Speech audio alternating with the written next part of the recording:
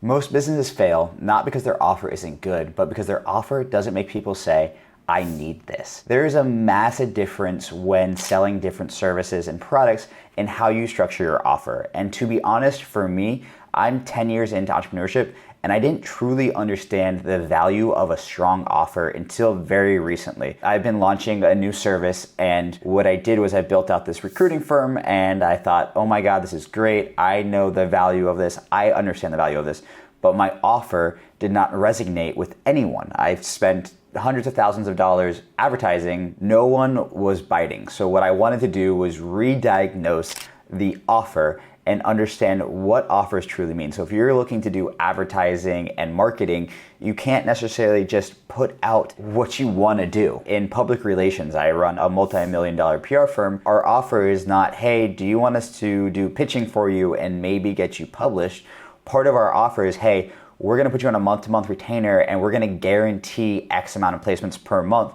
Not only that, when we're doing email marketing or advertising, we guarantee specific coverage, so specific outlets, and we're able to do that with the relationships we've built with those outlets, and we have to get permission first, of course, but that's the more enticing thing. So I want to go through examples of offers, and there's a stronger offer and a weaker offer, so you guys can really start to understand what that offer is. So weight loss is a very common example of this, and if you think about it, you can get an offer that says, join our weight loss program, it's $9.99.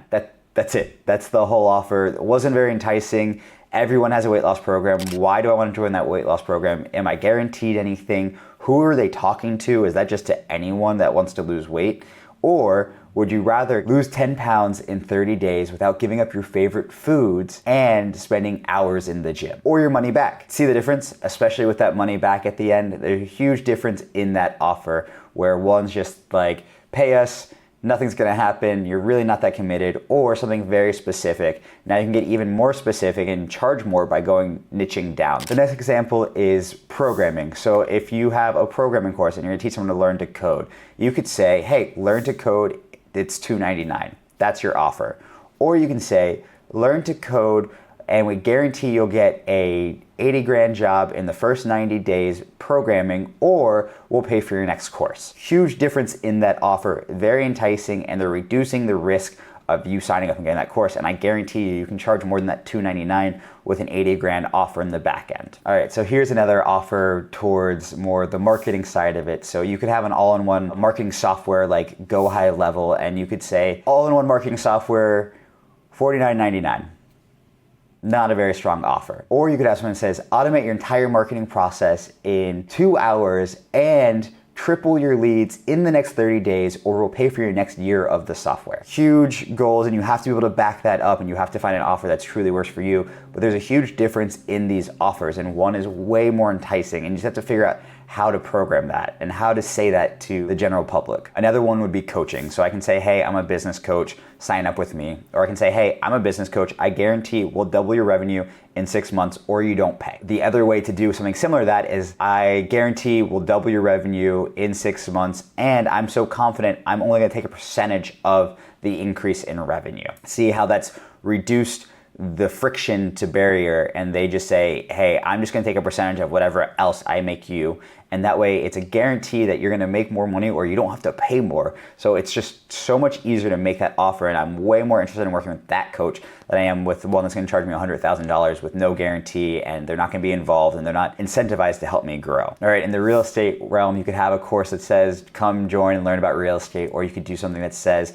we guarantee you'll make 10K profit in your first 90 days on your first deal, or the course is free. Another one would be photography course. So you could say, hey, learn how to be a photographer, $49.99, or you could have a program that says, we guarantee we'll help you become a better photographer, land your first client in the first 90 days, and build a business around photography for $5.99. I would still rather go with the $5.99 over the $4.99 because the guarantees. In the app world, you could have an app that says, join our fitness app, or you can have customized workout plans and meal plans for only $10.99, cancel anytime. Increase that even more by saying, if you follow our regimen, we guarantee you'll lose X amount of weight in the first 90 days, or we'll cover your next 90 days of the app. And then we talked about earlier, the recruiting side of things. You could try, instead of saying, we'll help you find a dream recruit or we'll help you hire, You could say, we guarantee we'll hire your dream employee in the next 30 days and you only pay us once they're placed. Big difference there, and there's a lot less risk for that company. They're only paying for once that person is placed.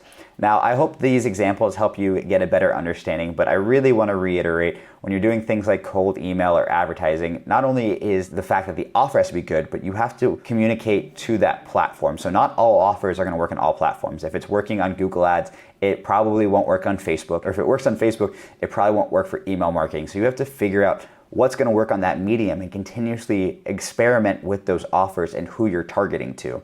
Targeting is also super critical because you have to understand who is viewing that offer and really focus on that engagement and that growth. As I've been trying to build out other services in my business, I've really refocused on offer. And one of the things that I really like to do is I experiment with email marketing. So I can build a landing page and offer within 1 to 2 days, maybe hours, depending on what it is, if I already have a lot of content in that space. And then I just build out email campaigns and see if people are interested in that offer. Offers are the core to all of this. Now, I mentioned how easy it is to test offers with email marketing. If you're interested in getting done for you email marketing setup, make sure to hit the link down below and we'll help you build out your infrastructure to test new offers and scale your business on autopilot. Thank you.